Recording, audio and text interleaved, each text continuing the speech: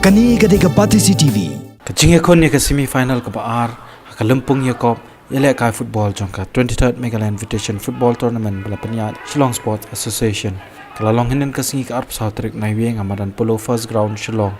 kajing ekon ni ke semi final ke bakadu jongka ni ke lempung kalong ka pleng ka kanon Shillong Lajong Football Club par ka All India Football Club kani kajing ekon na pleng kini ki artali ki kanon pani kini rong chika final kalong pakhamla shiliang namar hadu kabakut no jongka jinge khon ka Shillong la jong kala paliam no All India the lai gol la kawai hakawai ka jinge khon hakabastang hi kirang yele ka jongka All India kila kham tam namar tang ha ka minute ka banyo jongka kala step kani ka kanon kala la ban penki ye ka jar ta ka jingyo thap ye ka gol ka baning kau ye ka bala thap do captain jongka ni ka kanon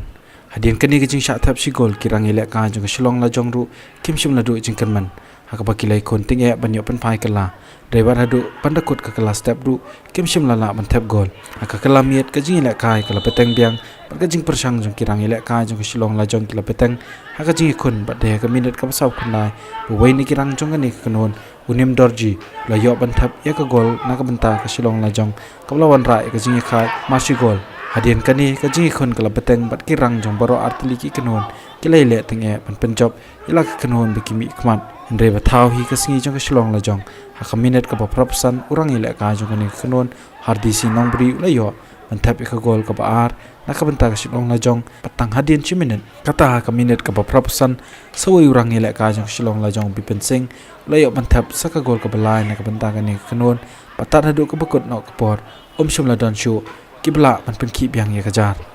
dakani ka jing job menta ka kanon Shillong la jong kan pen kre ban ye kani ye kanam la adu hakaba kan hab ban ye kun persha ye ka boy sports koi 58 GTC ka final ka ban long ka apun trek menta nai wieng SSA stadium Shillong Kani gade ka Pati CCTV.